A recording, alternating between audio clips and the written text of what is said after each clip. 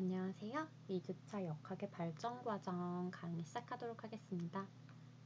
먼저 지난 시간 복습을 하고 본론으로 들어가서 강의를 하겠습니다. 먼저 복습인데요. 먼저 사전 설문을 몇 가지 드렸었죠? 그 사전 설문 내용을 한번 살펴보도록 할게요. 먼저 설문지 공유를 먼저 하자면 아직 15분밖에 대답을 안 해주셨는데 반드시 이거는 꼭 완성해 주시길 바라겠습니다. 역학 수업 전에 역학하면 떠오르는 키워드 3가지는 무엇인가 여쭤봤는데 굉장히 재밌는 답변을 많이 해주셨는데 하나 같이 짚어봤으면 하는 부분이 있어요. 보시면 전염병이란 말이 나오고 전염병, 질병 이런 내용이 나오는데 사실 전염병이라는 단어에 대해서 조금 살펴보고 가야 될 것 같아요. 이 통계는 제가 뭐 판단을 하려고 사용하는 것이 아니라 참고차 하는 것이기 때문에 뭐 맞고 틀리고가 없습니다. 그래서 그냥 편하게 답변을 적어 주셨으면 됐던 것이고 그래서 뭐 답변을 참고해서 강의를 할 예정이니까 혹시나 설문 안 한 분들도 그냥 편하게 설문을 진행해 주시면 되겠습니다. 하지만 설문을 안 하시면 이건 출석 인정이 안 되니까 참고해 주시고요. 역학하면 떠오르는 키워드에서 전염병이란 말을 해주셨는데 전염병은 정의를 살펴보면 감염된 사람, 동물, 병원소 등에서 감수성이 있는 숙주에게 병원체나 병원체의 독성 생산물이 전파되는 과정을 말하고 그로 인해서 만들어지는 이제 질병을 말하는데요. 병원체나 병원체의 독성물이 전파되는 그 과정이 있는 전염병을 말합니다. 질병을 말합니다. 그렇기 때문에 전염병은 그 전파와 관련된 특징이 포함된 개념이라는 거를 알아주셔야 되겠어요. 왜냐하면 그 전염병은 크게 봤을 때 감염병의 일부라고 볼 수가 있겠습니다. 감염병의 정의를 살펴보자면 병원체가 숙주에 침입해서 발육하고 증식하여서 숙주의 질병과 면역 반응 등의 반응을 일으키는 질환이라고 하는데 그렇게 되면 전파가 돼서 왔든 아니면 그냥 감염이 되었든 크게 보면 전염병이 감염병의 일환인 것이죠. 그래서 관련 법령을 살펴보면 2019년도까지는 이 전염병 예방법이라는 법령이 있었습니다. 보건의료 쪽에서 일하시는 분들은 영향을 받는 법령이고요. 그런데 이 법령이 2010년도에 감염병의 예방 및 관리에 관한 법률, 줄여서는 감염병 예방법이라고 불리는데 명칭이 바뀌었습니다. 전염병이라는 단어에서 감염병으로 그 질병의 범위를 확장하여서 관리를 하겠다라는 의지가 보이는 그런 변환인 거죠. 그래서 전염병과 감염병을 구분해서 사용해야 되겠다. 그런데 어떤 특정한 그 질병의 병원체가 또는 병원체의 독성 전파물이 독성 생성물이 전파가 되는 그러니까 내가 감기 걸렸을 때 감기를 전염시킬 수 있다라면 그 감기는 전염병이죠. 근데 예를 들어서 쯔쯔가무시를 생각해보면 내가 쯔쯔가무시에 걸렸다고 해서 진드기에 물려서 쯔쯔가무시에 걸렸을 때 그 쯔쯔가무시를 전염시킬 수 있냐? 그건 아니거든요. 그래서 감염병이라는 단어를 쓰는 것이고 쯔쯔가무시에는 전염병이라고는 말을 할 수가 없습니다. 그렇기 때문에 감염병과 전염병은 다른 정의이고 구분해서 사용을 해야 된다는 거를 참고를 반드시 해주면 좋겠습니다. 네, 다음 질문으로 갈게요.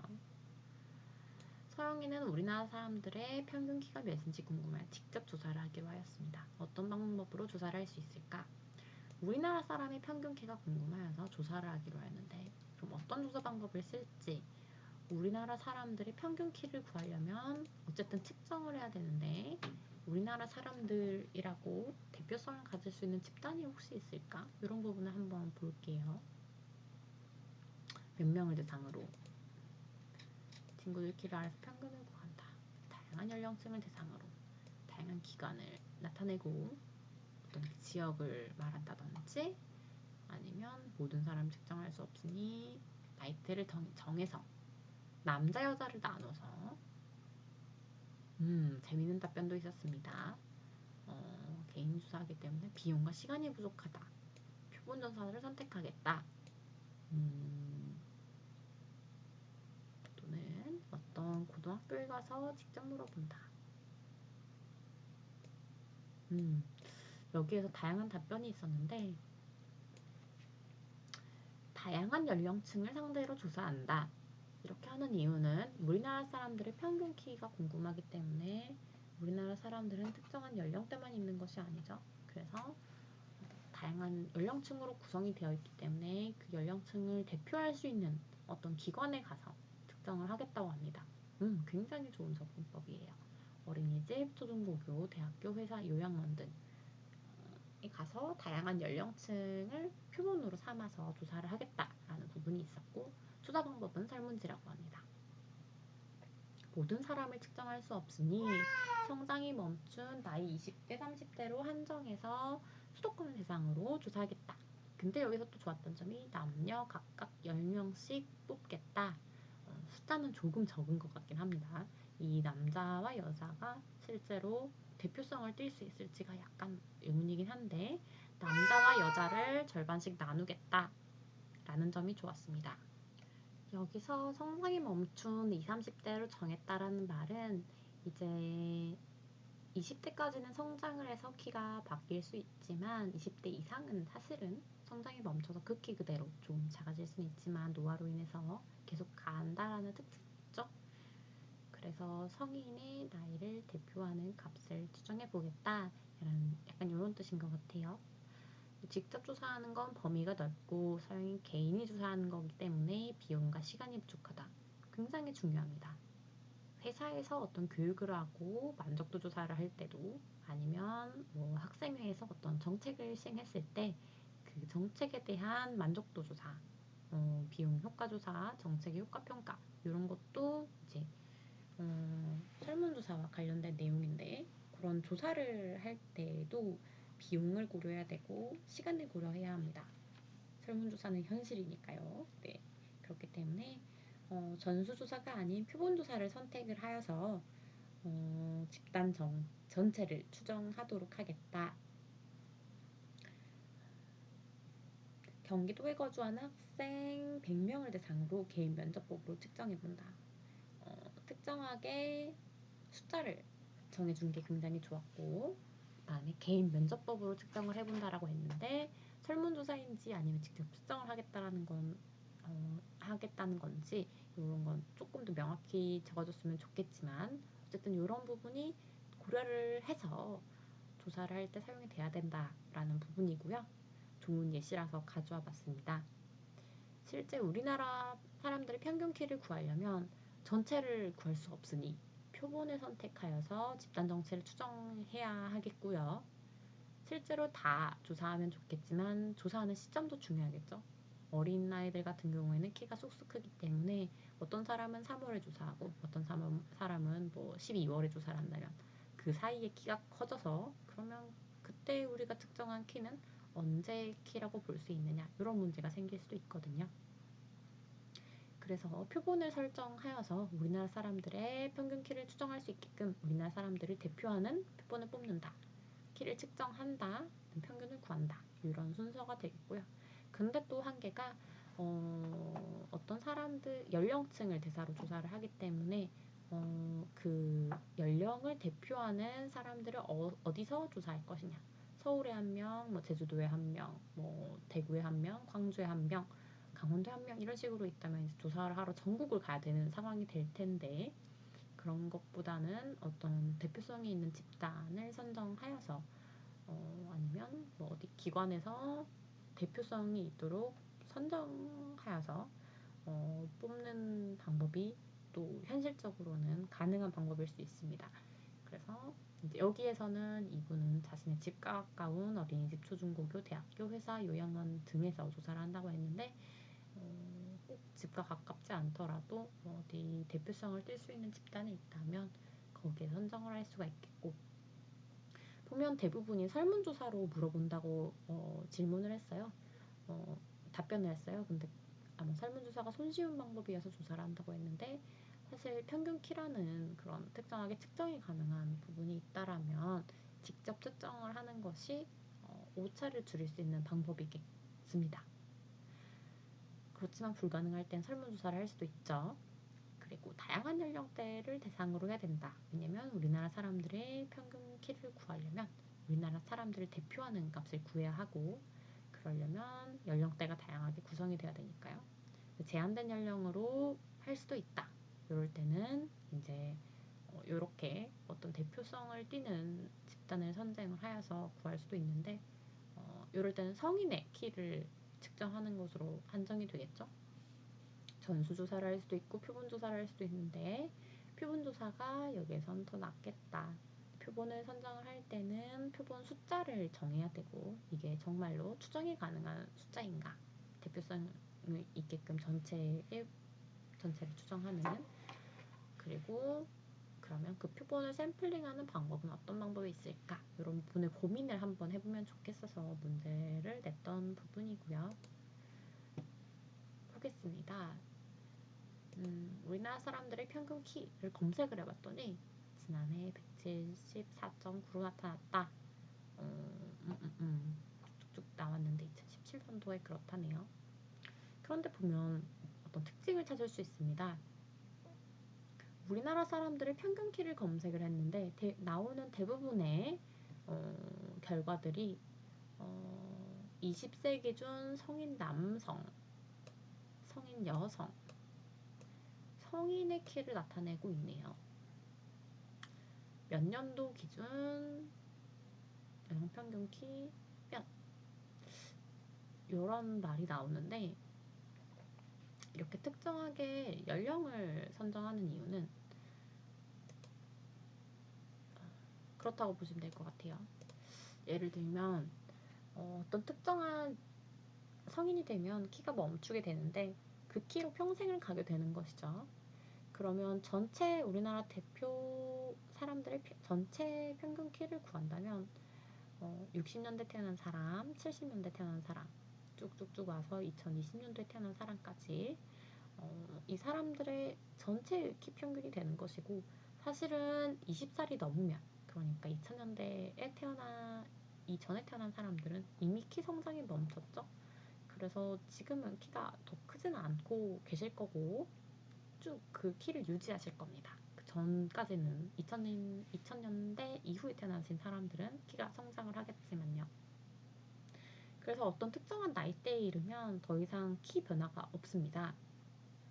그렇기 때문에 이 사람들은 그 나이대까지 성장을 할 때까지 뭐 영양학적 요인이라든지 뭐 기후학적 뭐 또는 다양한 우리가 모르는 유전적 영향도 있겠고, 이미 그런 영향을 받아서 키가 고정된 상태예요. 그래서 우리가 서영이가 이런 질문을 할 때는 먼저 우리도 질문을 한 번 더 해야겠습니다. 왜 우리나라 사람들의 평균 키가 궁금하니? 연도에 따라서 어떤 키 변화가 있는 걸 보고 싶은 거니? 아니면 단순하게 정말로 키가 궁금한 거니? 정말로 궁금하다면 조사를 직접 할 수 있겠지만, 만약에 연도별로 어떻게 달라졌는지 이런 걸 알고 싶어서 지금 평균 키를 구하고 싶어 했다라면, 그러면 연령 전체를 하는 것보다는 성장이 멈춘 나이 20대, 30대를 정해서 아니면 어떤 특정하게 청소년기에 뭐 15세의 평균 키가 어떻게 변했는지를 보는 것이 현 상황이 어떻게 변화하고 있는지, 키 상황이 어떻게 변하고 있는지 그 트렌드를 살펴보는데 도움이 더 될 수도 있겠다라는 점을 대답해 줄 수도 있을 것 같습니다. 그래서 평균을 궁금하니까 평균을 한번 보자면 시도별로도 차이가 있고 연령별, 성별 평균 신장을 코시스라고 불리는 국가 통계 포털에서 한번 검색을 해봤는데, 보시면 19세 이하 2017년도였던 것 같은데 18년도네요. 18년도에 19세 이하 평균 키는 168.47이었습니다. 제가 30대니까 평균 키를 보면 169.78인데 저는 한참 작네요. 여자의 평균 키는 161.18이었고 저는 여자 평균 키보다는 조금 더 크네요. 보시면 계속해서 그 숫자가 차이가 납니다. 20대, 30대, 40대, 80대 이상. 80대 이상의 여자 평균 키가 점점 키가 커지는 것을 알 수 있어요. 어떤 영향이 확실히 우리한테 영향을 미친 것을 알 수가 있겠죠. 19세 이하는 아직 키가 성장하는 시기일 테니까 이거는 변화가 있을 수도 있을 것 같고요. 남성의 키를 보더라도 점점 키가 커집니다.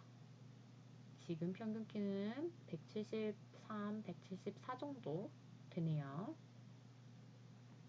전체의 평균 키를 봐도 키가 점점 커지고 있고, 그래서 2018년도 기준 남자의 평균 키 170, 여자의 평균 키 157, 전체는 164가 되겠습니다.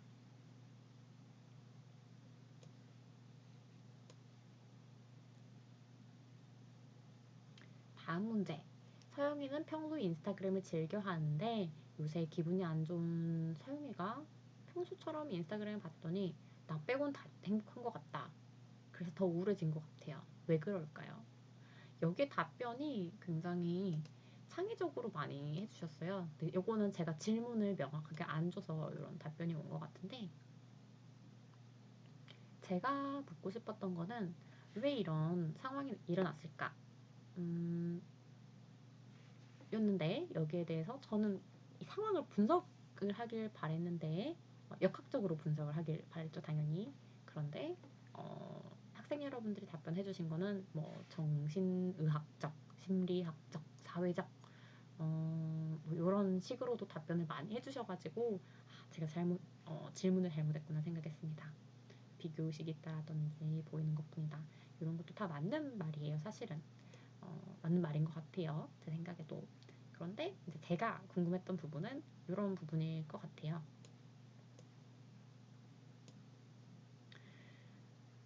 공개된 SNS에는 당연히 행복하고 즐거운 일만 올린다. 특히 남이 올린 게시물 하나만 가지고 단편적으로 판단해서는 안 된다. 맞아요. 대부분의 사람들은 SNS에 좋은 것만 올리고 싶어 하는 경향이 있기 때문에 이 말이 좋아서 또 추가로 가져온 건데, 그냥 자신을 인정하고 이럴 때도 있는 거지라고 생각한다. 굉장히 쿨하죠. 이런 마음가짐이 필요한 것 같아요. 왜냐하면 SNS라고 불리는 그런 시스템 자체가 사실은 편향된 정보만을 제공해 주는 경향이 있거든요. 왜냐하면 사람들이 대부분 좋은 것만 올리고 싶어 하기 때문에. 이러한 현상을 바이어스라고 불리는 현상이 있습니다. 어떠한 정보가 정확히 전달이 되는 것이 아니라 어디로 치우친 정보가 전달이 될 때 이것을 바이어스라고 부르는데, 인포메이션 바이어스라고 불리는 정보 바이어스는 측정 자체가 부정확하거나 연구 대상자로부터 얻은 정보가 부정확하여 잘못 분류되어 생기는 바이어스라고 합니다. 예를 들면 대표적으로 레포팅 바이어스가 있는데, 여기 상황에 맞는 게 보고가 되는 결과와 보고되지 않은 결과 간의 체계적인 차이가 있다. 보고가 되는 결과, SNS에 업로드가 되는 결과는 좋은 내용만 올라갑니다. 우울하거나 슬프거나 안 좋은 일이 있을 때는 SNS를 안 하는 경향이 대부분 있는 것 같아요. 그렇기 때문에 어떤 한 사람이 글을 올릴 때에도 사실은 그 올리는 글이 차이가 있는 거죠. 올리는 글과 안 올리는 글이 차이가 있습니다. 올렸다가도 비공개로 급히 전환을 하는 것도 차이가 있어요. 그렇기 때문에 이것을 받는 측정하는 사람, 그러니까 이 인스타그램을 보는 사람의 입장으로서는 실제로 이 보고를 하는 연구 대상자가, 그러니까 내 친구가 좋은 일만 있는 것처럼 잘못 받아들일 수 있는 한계점이 있는 것이죠. SNS라는 그 자체가요. 또 다른 차이점도 있습니다. 어떤 한 사람이 글을 올리고 안 올리고도 차이가 있는데, 내가 받아들이는 사람이, 내가 받아들이는 연구 대상자, 그러니까 내 친구들도 이미 어떤 특정한 집단으로 한정이 되어 있어요. 이것을 선택 바이어스라고 하는데, 내가 정보를 받아들이는 사람이 모든 사람에 대한 정보를 받아들이는 것이 아니라 내 주변 사람을 대표성 있게 랜덤하게 해서 받아들이는 게 아니라, 인스타그램 자체에도 사실은 셀렉션 바이어스가 존재합니다. 어떤 특정 집단을 집중적으로 선택하는 것에 생기는 바이어스라고 할 수 있는데, 내 주변에도 다른 대상자가 많이 있을 거예요. 그런데 그런 잠재적인 대상자가 인스타그램에 글을 올리지 않습니다. 그리고 일반적으로 글을 올리지 않는 사람하고 올리는 사람은 이제 또 차이가 있는 거죠. 인스타 만들어 놓고 글 안 올리고 사진만 구경하고 이런 친구들도 사실은 인스타 글을 자주 올리는 친구들하고는 차이가 있는 거죠. 이런 게 셀렉션 바이어스라고 불리는 선택 바이어스가 있고, 이런 다양한 바이어스는 어떤 연구 결과를, 관찰 결과를 치우치게끔 진실로부터 조금은 다른 방향으로 잘못 편향된 결과로 도출할 수 있게끔 만드는 그런 연구자의 눈을 가리는, 그러니까 역학 연구를 하는 사람의 잘못된 판단을 일으키는 그런 영향을 미치는 것들이죠. 그래서 서영이한테는 이런 말을 해줄 수 있을 것 같아요. SNS에 올라오는 정보는 사실은 너의 주변 사람들의 일부만 글을 올리는 것이고, 그 일부 중에서도 어떤 특정하게 치우친 결과만을 올리는 것이기 때문에 그것으로 판단을 하면 안 된다 라는 말을 해주면 될 것 같아요. 위로가 될지는 모르겠지만 네, 그게 사실은 관찰된 데이터를 볼 때 우리가 항상 비판적으로 봐야 되는 게 이러한 바이어스들이 존재하기 때문인데, 예를 들면 이런 것도 포함이 될 것 같아요. 인터넷에 보면은 이런 글 있죠. 글 올린 사람들은 다뭐 취업한 사람들의 얘기지만 월급도 많이 받고 뭐 원장님도 좋고 뭐 보스도 좋고 팀원도 좋고 뭐 월급 루팡을 해도 회사에 문제없이 잘 다닌다. 이런 사람들만 글을 올리는 것 같아요. 나는 맨날 일도 힘든데 뭐 사장님도 나쁜 사람이고 뭐 팀장님도 이상한 사람이고 너무너무 힘든데 인터넷에 올라오는 글들을 보면 다들 뭐 좋은데 일하는 것 같아요. 상대적인 박탈감이 들 수도 있는데, 사실은 그런 것도 실제로 월급 루팡을 할 수 있는 사람들만 글을 올릴 수 있다라든지, 왜냐면 바쁜 사람은 글을 못 올리기 때문에, 아니면 월급이 많이 받는 사람만 자랑하고 싶어서 글을 쓴다든지 하는 경향이 있을 수가 있을 것 같아요. 그 사람들이 거짓말을 할 수도 있지만, 만약에 진실을 올린다고 했을 때 월급을 조금 덜 받는 사람의 경우에는 뭐 자랑하고 싶지 않아서 글을 안 올릴 수도 있고, 상사가 안 좋다든지 아니면 상황이 나쁘다든지 이런 부분을 굳이 자랑을 하고 싶지 않기 때문에 글을 올리지 않을 수가 있겠죠. 그렇기 때문에 인터넷에 있는 글만 보고는 직장 생활에 대해서 환상을 가지면 안 된다. 그 외에 나쁜 예들이 굉장히 많이 있으나 그런 부분은 글이 안 올라가서 느끼지 못하는 걸 수 있다. 바이어스 때문에 이런 것도 비슷한 예시라고 보면 되겠습니다. 다음 질문입니다. 세영이는 실제로 보건의료학과 행정이 탁구 학생들보다 올바른 손쉽기를 더 잘 실천한다라는 가설을 가지고 있어요. 가설을 증명하고 싶어 합니다. 실제로 친구한테 그렇게 말이 하고 싶나 봐요. 증거를 가지고. 어떤 실험을 할 수 있을까? 어떤 실험 설계를 할 수 있을까? 조사 방법을 설계할 수 있을까? 이런 질문을 했을 때 굉장히 좋은 답변을 많이 해줬는데, 좋은 답변이 너무 많아서 다 가져오기는 어려운데 우선 대표적인 것만 가져왔습니다. 그러면 우리과 학생이 타과 학생과 차이가 있다라는 걸 보여주고 싶고, 그 조사 내용은 올바른 손 씻기와 관련된 내용이에요. 그 올바른 손 씻기는 여러 가지 내용을 포함하는데 30초 이상 손 씻기, 골고루 손 씻기, 구석구석 잘 닦기, 그다음 말리기까지 뭐 이런 것도 포함을 하겠고, 그런 걸 다 조사를 하고 싶은데 언제 씻는지도 중요하고, 이를 증명하기 위해서 조사를 하고자 합니다. 어떻게 조사를 할지, 사람들 대상으로 이 학생부는 학생이랑 탁과 학생을 똑같이 숫자를 맞춰서 설문조사를 한다. 왜냐면 우리 과랑 탁과랑 비교를 하고 싶으니까. 그러니까 설문조사라는 이유는 익명으로 할 수 있기 때문에 내가 손을 10초만 씻어도 거기에 대해서 답변을 솔직히 할 수 있다라는 그런 장점이 있다라는 점인 것 같아요. 여기에서 말해주고 싶은 거는 실제로 사실은 탁과 학생 수랑 똑같이 할 필요는 없을 수도 있습니다. 예를 들면 과별로 이게 손 씻기 패턴이 조금 다를 수도 있죠. 그렇기 때문에 뭐 우리 보건의료 행정학과 학생들 전수를 할 수도 있지만 일부를 표본을 뽑아서 손쉽게 조사를 한다면 뭐 기과라든지 아니면 탁과 같은 경우에는 또 그 중에 일부 뽑아서 그 과를 대표할 수 있는 사람을 뽑을 수도 있을 것 같아요. 그래서 우리 과 10명, 탁과 뭐 A과 10명, B과 10명, C과 10명 이렇게 해서 1대 30으로 비교를 할 수도 있는 거죠. 꼭 그렇게 할 필요는 없지만 예를 들어서 탁과 뭐 A과 5, B과 5, C과 5 이런 식으로 뽑아서 그 과들을 뭐 15명하고 우리 과 10명 이렇게 비교를 할 수도 있고 같은 숫자를 비교할 수도 있고 과 상관없이 랜덤하게 뽑아서 비교를 할 수도 있고 그렇기 때문에 꼭 똑같이 할 필요는 없지만 똑같이 해도 되고 이 숫자는 각 과를 대표할 수 있게끔 뽑으면 된다라는 점이고 뒤에서 보고 있으면 시선을 의식해 씻는 경우가 있을 것이고 맞습니다. 직접 관찰할 때 생기는 한계점이죠. 설문조사로만 하기에는 거짓말을 할 수 있다. 이것도 사실입니다.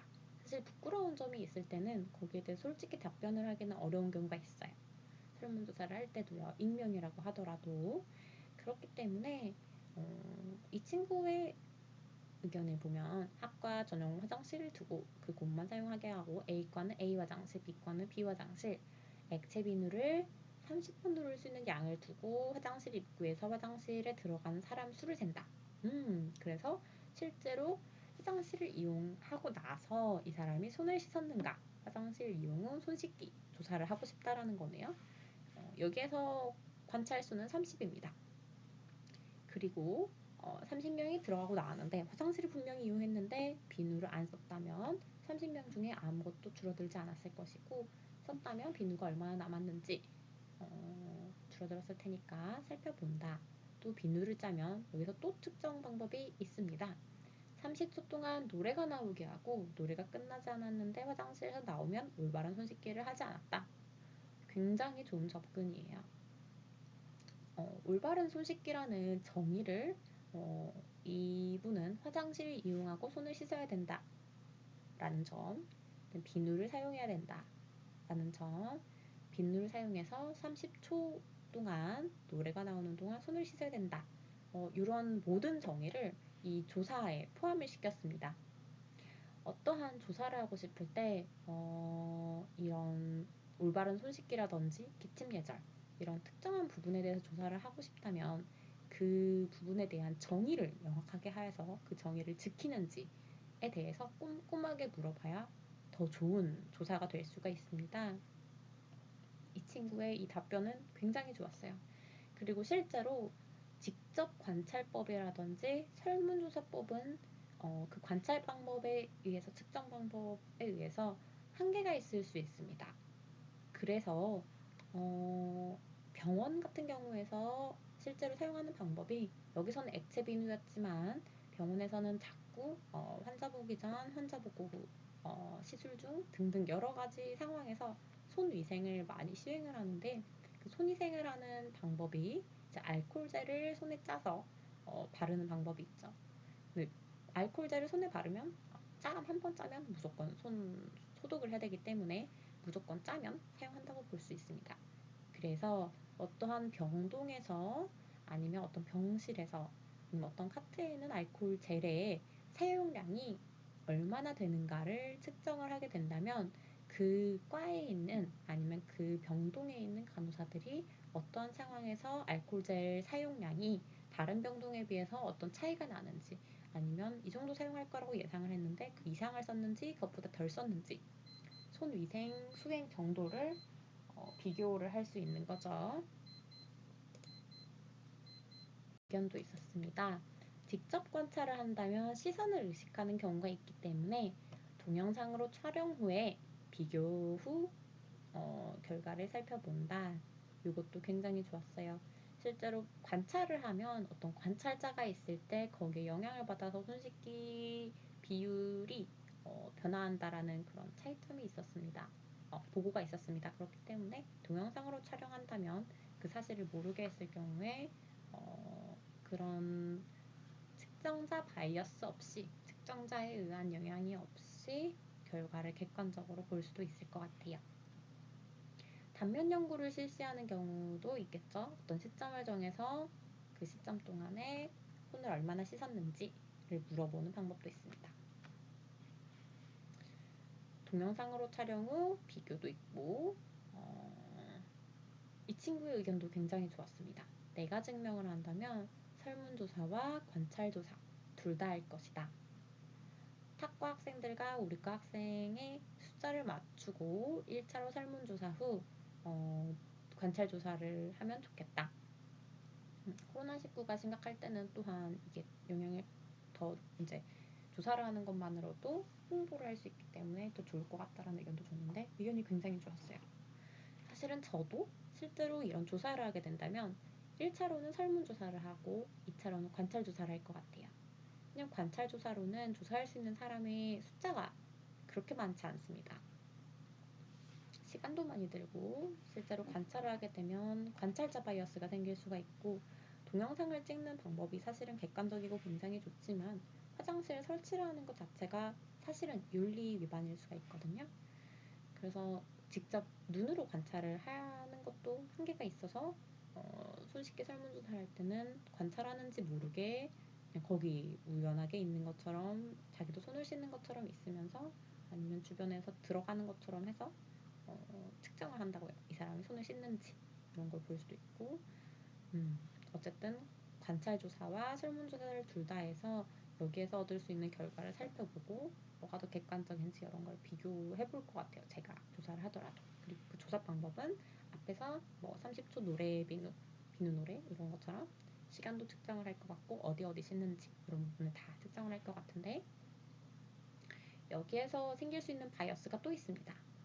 정보 바이어스 중에서는 인터뷰 바이어스라는 게 있는데 조사자의 편견 때문에 유발되는 경우 우리 과는 당연히 보건의료 행정학과는 더 많이 배우니까 손위생을 더 잘하겠지 해서 실제로 숫자를 셀 때 1초, 2초, 3초 초시계를 이용해서 재면 정확하겠지만 숫자를 이렇게 30초를 셀 때 우리 과는 더 빨리 세는 경향이 있다라든지 나도 모르게 타과는 좀 더 천천히 세서 그 숫자가 덜 씻는 것처럼 느껴지게 한다든지 이런 경우도 있을 수가 있습니다.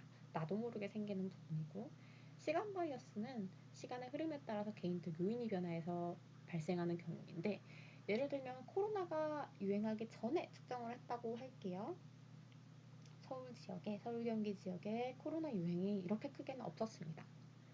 광화문에서 있었던 도심 집회가 있기 전에는 실제로 환자 수가 적었고 그랬기 때문에 그 당시에 손 씻기에 대해서 조사를 한다면 그냥 평소처럼 손을 씻는 정도였을 수 있는데 지금 코로나가 유행하는 상황에서 환자가 급증하는 상황에서는 사람들이 경각심을 가지고 조금 더 잘 씻을 수가 있겠죠. 그래서 언제 조사를 했느냐에 따라서 그 요인이 바뀔 수 있습니다. 선택 바이어스 같은 경우에는 자발적 참여자 바이어스가 있는데 예를 들면 실제로 탁과에서 이 조사에 참여하는 사람들은 사실은 굳이 귀찮게 조사에 참여할 필요가 없겠죠. 근데 내가 손 씻기 설문에 참여하고 싶어요 라고 대답을 하는 사람은 뭔가 일반적인 사람하고 다를 수 있습니다. 자기가 평상시에 손 씻기에 자신이 있다라든지 아니면 손 씻기 부분에 관심이 많아서 어떤 부분이 올바른 손 씻기인지 알고 싶어가지고 조사를 한다든지 조사에 참여한다든지 이런 차이점이 있을 수 있어요. 그래서 실제로 우리 보건의료 행정학과 학생들은 랜덤하게 뽑았고 모두 다 응답을 해줬기 때문에 그 사람들의 평균은 실제로 표본은 이 모집단 전체를 대표하지만 탁과에서 여기에 참여하겠다라고 응답하는 사람들은 응답하지 않은 사람들은 손을 잘 안 씻는 사람들이고 응답하겠다라고 하는 사람들은 손을 잘 씻는 사람들일 경우에 오히려 탁과 학생들이 손을 더 잘 씻는다라고 결과가 나올 수도 있는 거죠. 왜냐하면 손을 안 씻는 학생들은 참여를 안 했으니까. 그러한 바이어스 부분을 실제 연구 설계를 할 때는 고려를 해야 된다라는 점들이 중요한 부분이었습니다. 마지막으로 코로나를 포함해서 다른 감염병이 유행하는 걸 미리 예방할 때 어떤 방법이 있을까? 역학의 연구는 정의를 살펴보더라도 실제로 어떤 질병과 관련된 여러 사건 아니면 상황 상태에 대한 빈도와 발생에 대해서 조사를 하는 것이죠. 그럼 위험 요인, 결정 요인을 조사하고 거기에 대한 질병의 위험 요인을 실제로 밝혀내는 것이 역학의 연구인데 그렇게 어떤 질병에 대해서 질병의 상황에 대해서 연구하는 것뿐만 아니라 그런 연구 결과를 바탕으로 어떠한 보건 정책과도 연관을 시킬 수 있을까를 고민하는 것이 역학이라는 학문이 되겠습니다. 질병이 유행하면 손 씻기 철저히 하고 사회적 거리를 더 두고 기침 예절을 지키고 마스크를 착용함으로써 감염병 유행을 예방하자. 백신이 있을 경우에는 백신 접종률을 높이자. 이런 부분들을 모두 포함하는 것이고 이런 건 역학 연구의 결과를 이용해서 백신 접종을 했을 때랑 몇 퍼센트 했을 때 실제로 이 허드 이뮤니티라고 불리는 전체 사회가 보호되는 그런 예방률을 가지는가 이런 연구들을 바탕으로 몇 퍼센트까지 백신 접종률을 올리자라는 결론에 이르고 그래서 관련 홍보 캠페인을 하고 그런 것이 모두 역학이라는 학문의 일환인 거죠. 그래서 여러분들의 답변 중에서는 감염병은 첫 번째 단계로 예방할 수 있는 방법으로는 개인위생이라는 부분이 있다. 그래서 개인위생을 철저히 하게끔 주민수를 파악해서 사람이 몰리는 곳, 핫스팟, 위험지역을 파악하고 공공시설의 위생까지도 점검하겠다. 감염병 예방교육을 하여서 손위생, 손씻기, 기침예절 등 어떤 부분이 위험한 행동인지 등을 알 수 있게끔 하겠다. 포스터나 버스의 안내 음성 알림을 통해서 예방교육 강화를 하고 홍보를 하겠다. 세밀하고 구체적으로 지역을 관리하여서 위험지역, 취약지 관리를 하겠다 등의 방법이 있겠습니다. 마지막으로는 코로나19 관련 설문조사인데 이 설문조사는 사실 질문이 굉장히 많았죠. 요 유행조사는 이번 2020년도에 진행되는 지역사회 건강조사의 설문지입니다. 질병관리본부에서는 지역보건법 제4조에 따라서 지역사회 건강실태조사를 실시하고 여기에 따라서 근거중심의 보건사업 수행을 하기 위해 기반을 마련하고자 하는 설문조사를 진행을 합니다. 아까 서영이도 우리나라 사람들 키조사를 하고 손씻기 수행률이 얼마나 되는지 우리과 손씻기 수행률을 조사했다면 질병관리본부는 우리나라 전체의 각 지역의 건강과 보건을 책임지는 역할을 하고 있죠. 그래서 기본 자료를 만들기 위해서 근거 자료를 만들기 위해 지역사회 건강조사를 매년 실시하는데 감염병 예방 및 관리에 관한 법률에 의해서 시행을 하고요. 조사하는 내용은 설문지 코로나 관련된 내용이 있고 매년 조사하는 항목을 살펴보면 이제 흡연이라든지 음주 이런 부분도 있고 손 씻기도 있는데 각 지역별로 이 흡연율이 얼마나 변화하는지 이런 거를 살펴볼 수도 있습니다.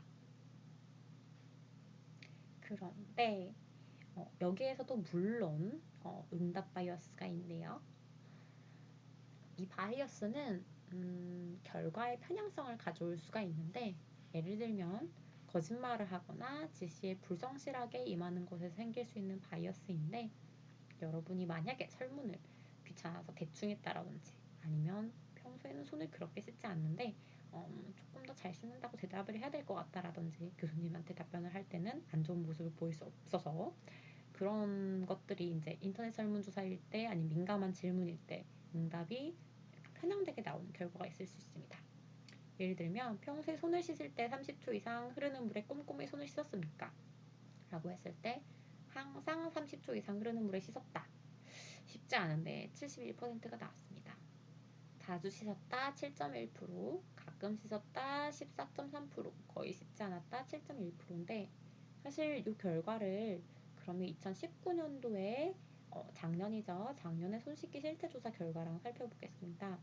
공중화장실을 이용하는 1039명의 손씻기 관찰 결과 물로만 씻고 나간 사람은 그래도 한 절반이 조금 안 되지만 43% 정도였다고 해요. 비누로 씻는 사람은 30초 미만이더라도 22%였는데 비누로 30초 이상 꼼꼼하게가 질병관리본부가 굉장히 열심히 홍보를 하고 있는 부분이고 미국 CDC, WHO에서도 홍보를 하는 부분인데 이렇게 하는 사람은 2%였다고 합니다. 굉장히 낮죠. 저도 손을 씻을 때 물로는 항상 씻는데 물로 비누가 있으면 항상 비누로 씻는데 30초를 지키기가 굉장히 어렵습니다. 근데 여러분들은 30초 이상 흐르는 물에 손을 씻는다라고 응답해 주시는 비율이 71%예요. 굉장히 높은 비율인데 제가 생각할 때는 약간 응답 바이어스가 있지 않았나라는 생각이 들기는 합니다. 그런데 또 아까 말했다시피 시간 바이어스가 있어서 코로나 유행 전에는 그 비율이 더 낮았지만 지금은 코로나 유행으로 인해서 비율이 올라갔을 수도 있겠습니다. 그래서 분석을 할 때 이게 평상시 손 씻기다라고 말하기는 어려울 수도 있을 것 같고 코로나 상황이기 때문에 이러한 현상이 일어났다, 일어날 법하다라고 말할 수도 있을 수도 있습니다. 그렇기 때문에 잘못된 결과는 아무도 모르는 거죠. 결과가 궁금할 것 같아서 한번 공유를 하면 코로나로 격리 또는 입원한 적은 한 번도 없네요. 다행입니다. 기침이나 호흡기 증상 있는 분도 한 명도 없었고요. 기침이나 호흡기 증상이 시작될 때 가장 적절한 행동은 무엇입니까? 3, 4일간 집에서 쉬면서 증상을 살핀다. 즉시 콜센터 또는 1339나 보건소로 문의한다. 질본에서 홍보하는 것처럼 답변을 잘 해주셨네요. 질본의 홍보 효과가 확실히 있었습니다. 38도 이상의 열이 지속되거나 호흡기 증상이 심해질 때 가장 적절한 행동은 무엇입니까? 우선 콜센터로 전화한다. 네, 질병관리본부 지침을 한번 살펴볼게요.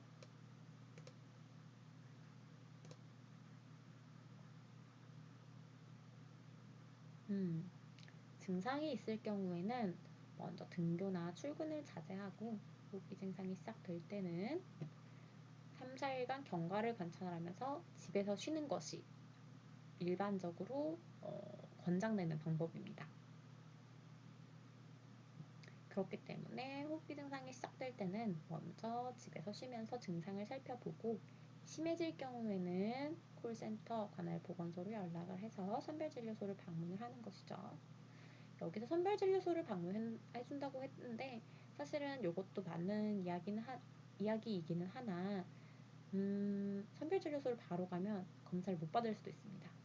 사람들이 예약이 필요하기 때문에 전화를 먼저 하고 가는 게 더 좋다라는 점. 그리고 즉시 보건소나 병원을 가게 된다면 혹시 그 의료기관에서 본인이 정말 환자일 경우 의료기관 노출이 될 수 있어요. 확진자. 그렇기 때문에 집에서 먼저 전화를 하고 보건소에서 안내해주는 대로 따르는 것이 더 좋겠습니다. 감기약 등을 먹으면 일상생활 한다. 이거는 절대 안 돼서 아무도 응답을 안 해주셔서 이건 잘 알고 있는 부분이신 것 같아요. 열이 나거나 기침 등 호흡기 증상이 있을 때 집에서 쉬는 게 가능합니까? 가능한데 못하는 부분도 있죠. 사실 조금 안타까운 부분입니다. 저도 집에서 쉬는 게 어려운 것 같아요. 열이 나거나 기침 증상이 있을 때 집에만 있을 수 없는 이유는 모두 답변을 해주셨는데 일을 쉴 수가 없어서 알바를 한다든지 저도 직장을 쉴 수가 없어서 이거는 한계가 조금 있는 부분인 것 같아요.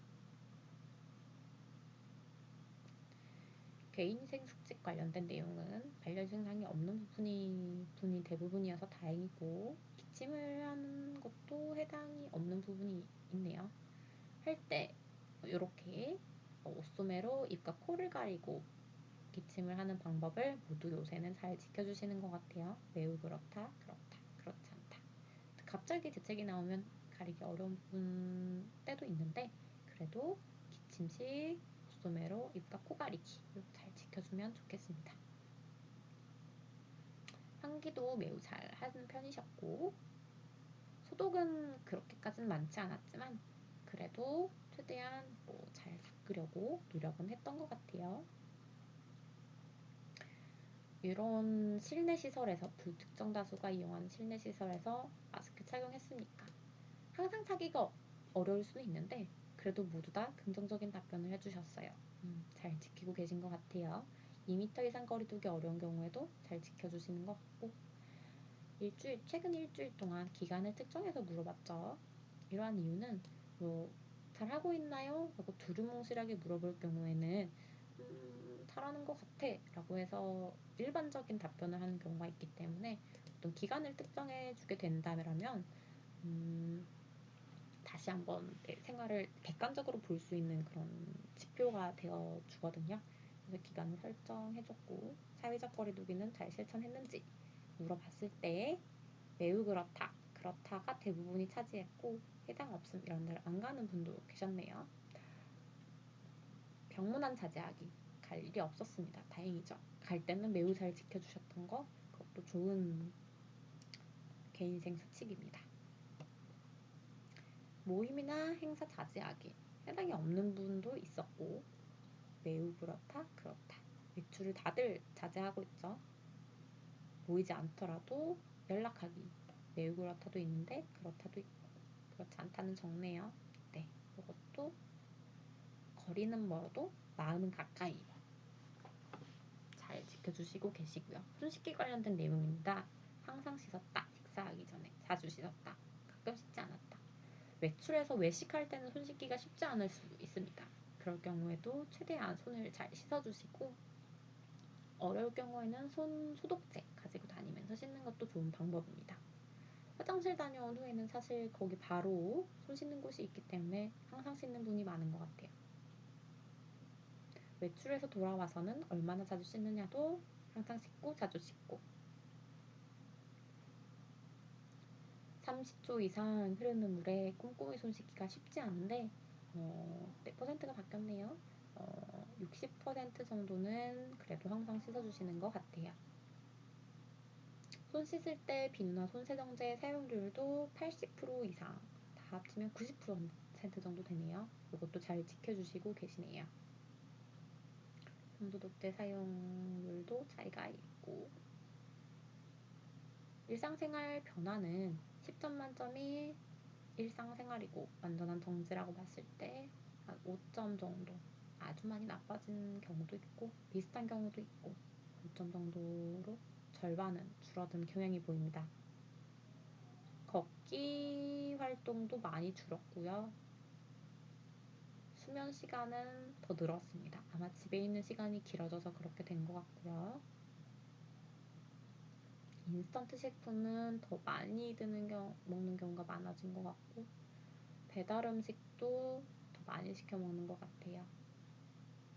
음주는 사람 만날 일이 줄어들어서 그런지 더 줄어드는 경우도 있고 흡연 같은 경우는 해당 없는 경우가 많은데 비슷하다. 크게 변화 없는 경우가 있습니다. 참고로 말씀드리면 흡연이 코로나19의 큰 위험 요인입니다. 그냥 흡연을 하게 되면 마스크를 벗고 하는 경우가 있고 흡연이라는 그 행위 자체가 사실은 그 호흡기관에 안 좋은 영향을 미치잖아요. 그래서 그 면역력을 조금 떨어뜨린다고 합니다. 그래서 이제 걸린 사람을 쭉 비교해봤을 때 흡연자의 비율이 굉장히 높았다라는 점이 있어서 잠시 동안이라도 흡연을 자제해주시면 아마 그 코로나19 위험이 조금은 감소하지 않을까 하는 생각이 듭니다. 친구나 이웃의 만남 횟수는 줄어들었고 대중교통 이용도 줄어들었습니다. 외출을 안 하니까. 코로나19 상황으로 인해서 염려가 되는 부분. 감염될까봐 매우 두렵다. 그렇다. 그렇지 않다도 있는데 전혀 그렇지 않다도 있고 한 25% 정도 4분의 1 정도가 걱정 안 하는 반면 걱정하는 비율은 75% 정도입니다. 저는 감염될까봐 굉장히 두렵습니다. 아무리 잘 지켜도 전 실제로 현장에서 역학조사를 굉장히 많이 하는데 원인 모를 감염자가 나오면 항상 두렵습니다. 우리 집 근처에 살면 더 두렵습니다.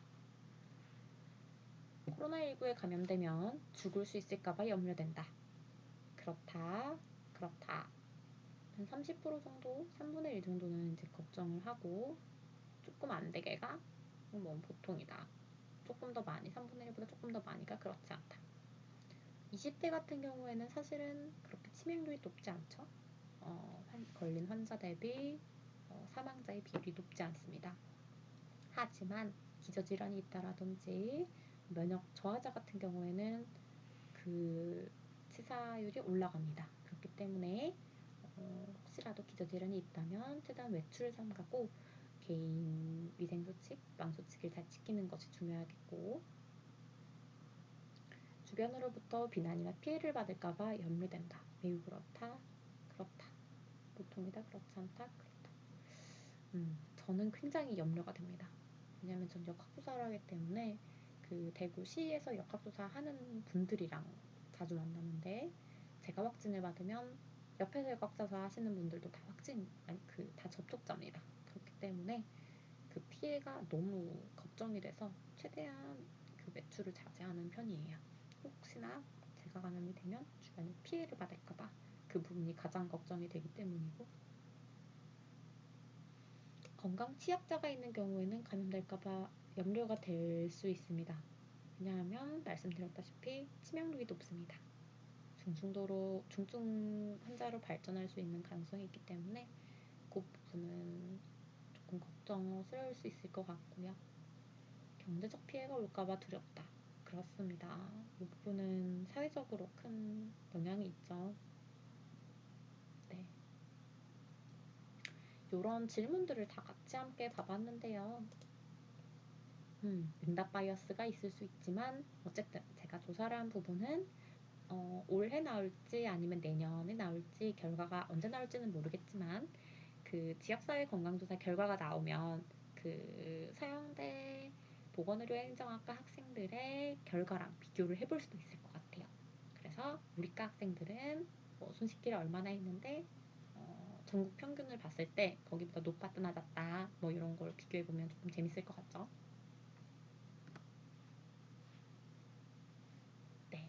역학의 정의입니다. 먼저 퀴즈를 보기 전에 복습을 하자면 어떤 특정 인구 집단에서 건강과 관련된 사건, 상태, 과정, 이 건강 관련된 모든 이벤트의 발생과 분포에 대한 학문으로 과정에 영향을 주는 결정 요인 연구와 그 지식을 적용시켜서 건강 문제를 통제하는 것을 말한다. 역학하면 역학을 공부하는 사람들은 가지고 있는 것이 역학 사전이 있습니다. 프로타라는 분이 2014년도에 만든 개정판인데요. 6번째 개정판 버전이고 이 개정판이 변할 때마다 정의가 조금씩 변화해 왔는데 가장 최신의 정의가 이겁니다.